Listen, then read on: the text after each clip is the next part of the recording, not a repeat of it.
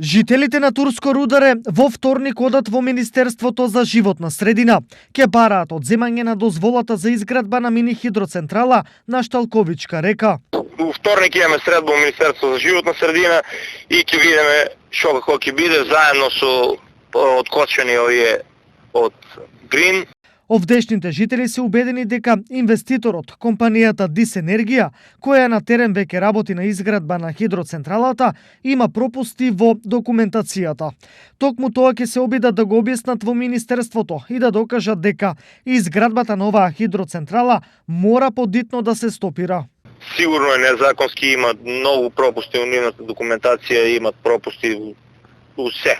Ќе гледаме да собереме документација, доста имаме и се, ќе гледаме ако можат законски да стопират градбата од Министерството за животна средина, затоа што е тоа еколошки крај таму, прекрасна природа и ќе гледаме да ги стопират они. Пред неколку денови, зад жителите на Турско Рударе, застана и градоначалникот на Пробиштип Драган Анастасов, како и Општинскиот совет, од каде исто така побараа дозволата за градба да се преиспита. Општина Пробиштип бара начин како ова да се спречи. Еден од чекорите кои што ги презема и током на советот и поддршката од советниците, за да можеме да ја спречиме, односно да не се изгради оваа мини хидроцентрала.